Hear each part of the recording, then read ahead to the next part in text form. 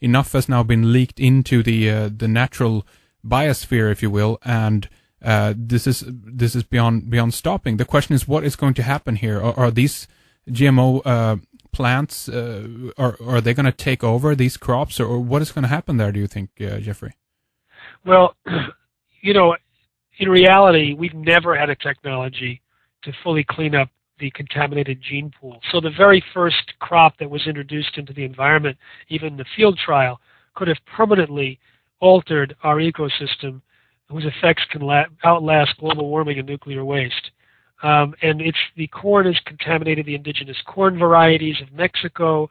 We have GM canola growing all over Canada and northern parts of the U.S. as weeds, and they're super weeds because they're designed not to die when sprayed with weed killer. So they are themselves super weeds. The overuse of herbicides, of course, has created super weeds that are resistant even to the Roundup weed killer. So we actually have an environmental disaster, and it doesn't just stop at contamination. Turns out the Roundup reduces the health of plants. That's how it kills plants. It reduces the health of the plants. It kills off beneficial microorganisms in the soil and promotes pathogenic organisms which overtake the plant. And it accumulates in the soil. It doesn't biodegrade like Monsanto tried to lie about. In fact, it can be in the soil for 3 years or longer, and that means that any subsequent plant planted on top of that could have the effect of this Roundup. And one farmer planted potatoes after planting Roundup-ready soybeans. The potatoes were stunted. For the wheat that's planted after the soy has higher levels often of a fungal infection. It's a very dangerous one. The fungus that's promoted by the Roundup can create mycotoxins, which can cause sickness, even death in humans and animals. And it also it binds with micronutrients like manganese and magnesium and zinc and iron and calcium, so that it becomes less available to the animals that eat the Roundup-ready or anything grown in Roundup sprayed fields. And so the health of the animals and humans that eat the food is reduced. And some veterinarians, I know one that sent a liver sample of a dead calf to a laboratory and found that there was no detectable levels of manganese in the liver. And this is a very, very serious issue and could have been responsible for the sickness or death.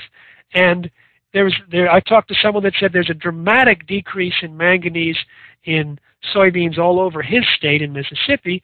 And what we're talking about is depriving animals of key nutrients that are involved in dozens or hundreds of metabolic processes.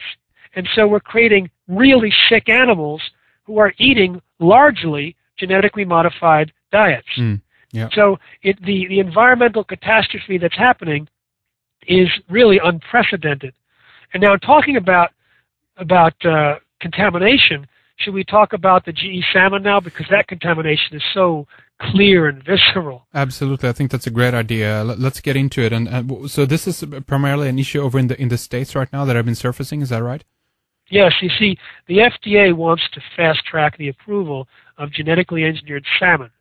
It's inserted with the gene it's an Atlantic salmon that's inserted with a growth hormone-producing gene from Chinook salmon, as well as an on-switch from a Arctic Arctic eel-like fish called the pout.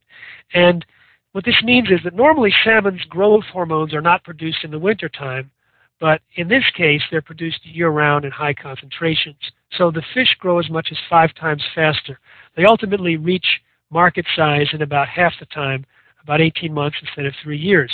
So from a financial standpoint, it will increase the profits of those growing these farmed fish salmon. But the downside could be catastrophic. And there's downsides both for the environment and for health. Yeah. Let's start with health, and then we'll go to the environment. The studies that were submitted over the 10 years or more that this company Aqua Bounty was developing their salmon were ridiculous. They were completely flimsy. One scientist who reviewed it said if this were a high school paper, it would have been a failed grade. But even the poor sloppy science showed that there was higher reactions for allergies in the salmon, so a higher tendency for allergic proteins to be produced there, and this was a result of the collateral damage that occurs as a result of the process of genetic engineering, so it's completely unpredictable. And also, higher levels, the fish themselves are probably more susceptible to disease, so the more antibiotics would be used. Already, farm salmon have more antibiotics per pound than any livestock at all. This would increase it even more. And there was also likely an increase in this IGF-1, the cancer-promoting hormone, which is also increased in the milk from cows treated with bovine growth hormone. So really serious effects: allergies, antibiotic-resistant diseases, cancer. These are potential links to this new GE fast-growing salmon. Now, if it got released into the environment, and so far we have not been able to contain any GE crop from release. Now, I'd hate to try and contain the GE salmon, which is supposedly the eggs will be grown in Canada, then shipped to Panama, grown in inland tanks. Supposedly they're going to be sterile, but we know that not all of the fish are sterile, and that the process of transporting them is not completely secure. And so if even one escapes that's not sterile, we may have a complete transformation of the marine ecosystem. And I'll give you two examples to suggest what might happen.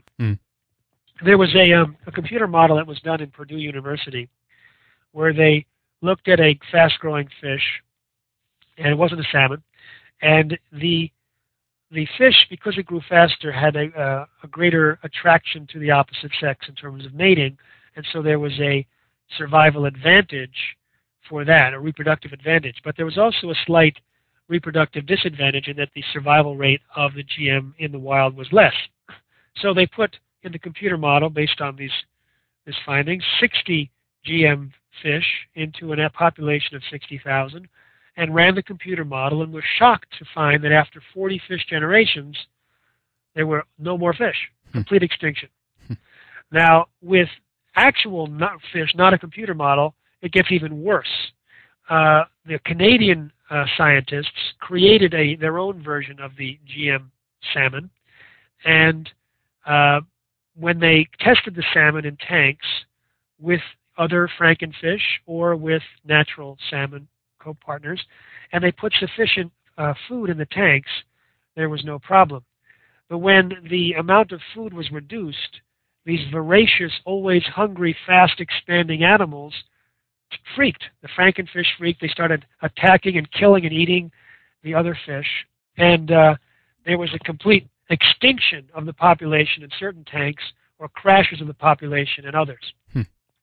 Now, they also found that this, with these GE salmon, that they had a tendency to seek out food in other places where normal natural salmon wouldn't go. So they were more aggressive. And so if they were released into the environment, it could either be an extinction of salmon, or maybe what's worse is roving bands of voracious mutant freaks killing off other fish to feed their fast-expanding bodies. Right. Sheesh.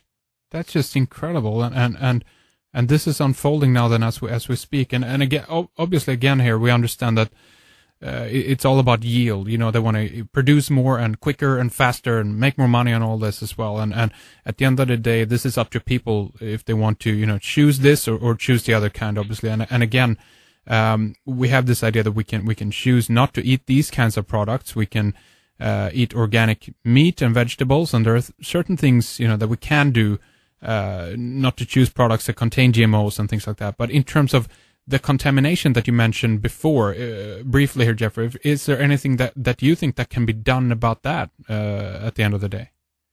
Well, we don't have a technology to fully clean it up. I mean, maybe in the future we can put on special high-tech goggles and be able to see a GMO from a distance so we can destroy it. Right now, you can't tell the difference. You have to put it in a laboratory or test it. And so that makes discovering and eliminating GMOs very, very difficult, and completely impossible to wipe it out completely. The best scenario right now, given current technology, is to actually monitor and limit contamination in the products that are supposed to be non-GMO. That's why the non-GMO project is so important. That's a third-party verified system for backing up non-GMO claims that does require testing if a product is using an at-risk GM ingredient or an at-risk ingredient that might be GM. So if it contains any corn, it gets tested. And this is an important breakthrough, and now thousands of products are being enrolled in the Non-GMO Project in North America. The Non-GMO Project is sponsoring October as Non-GMO Month, and 10-10-10 is Non-GMO Day, and we're participating, our Institute for Responsible Technology, which, by the way, is available at a different website than seedsofdeception.com. It's at responsibletechnology.org. It's a much more complete website on the health dangers. And we have nongmoshoppingguide.com, which is our online shopping guide for North American brands. So we got Seeds of Deception, responsibletechnology.org, and nongmoshoppingguide.com. So the Non-GMO Project is one way that we can help contain the expanding amount of contamination. But there's no way we can fully clean it up. And I think the best way to deal with the salmon is to stop its approval. Now, there was a hearing held on September 19th and 20th. It was an advisory committee to the FDA on the salmon. Now, the FDA had already stacked the approval process as best they could. They first created under the Bush administration in 2008, they created a policy which would treat genetically engineered animals as if they were drugs, animal drugs, and would be evaluated as such. Now, this is a crazy thing. It's another example of trying to jerry-rig existing laws to evaluate GMOs, specifically so Congress doesn't have to enact new laws. That's been the White House strategy for 20 years, to keep it out of the hands of Congress. Now, even if it were a drug, and even if it weren't massively more biologically complex than simply a drug compound, even if it were just a drug, the FDA approval of drugs has been so bad that between 1976 and 1985, more than half of its drugs approved turned out to have lethal or serious side effects, causing them to be withdrawn or relabeled as serious. You can't do a recall of salmon once it's released into the ocean. Now, on top of this, on top of their normal advisory committee for animal drugs, they added 4 more people to the committee, and these people were supposedly designed to fast-track GE salmon. One person was a former Monsanto employee. Another person worked at a company that made GM animals, and so obviously they would benefit by a superficial approval process. And another person was the supposed consumer representative, but he worked at a pro-GM organization that had actually filed a complaint with the FDA in 2001, complaining against companies that labeled their products as non-GMO. And he had even written an article praising the GE salmon. So it was a completely stacked deck. Now, they didn't have anyone on the entire committee that was an expert in allergies that could deal with the increased allergy levels. No one was a fish ecologist that could deal with the potential wipeout. No one was an endocrinologist that could deal with the increased IGF-1 and the potential increase for cancer. So they stacked it with people who would promote it and left off people who could provide any serious review. Even then, the committee said that the research that was presented to the FDA was so ridiculously poor that it deserved to be not approved at this time, but they needed to do more research. Now, my feeling is this. You have a company that has been spending more than 10 years submitting data to the FDA for food safety, and they find that the research is so bad, don't send the same company back to do more research so they may get it right. Instead, declare that this company has proven its incompetence and should never, ever be trusted with the future of salmon or the safety of the food supply in the United States. Right. So I think that they should have been disqualified entirely rather than simply sent back to do more of their poor research. Yeah, it's incredible. Your books are essential reading, obviously, on the subject of GMOs. Seeds of Deception, Exposing Industry and Government Lies About the Safety of the Genetically Engineered Foods You're Eating. And your latest is called Genetic Roulette, The Documented Health Risks of Genetically Engineered Foods.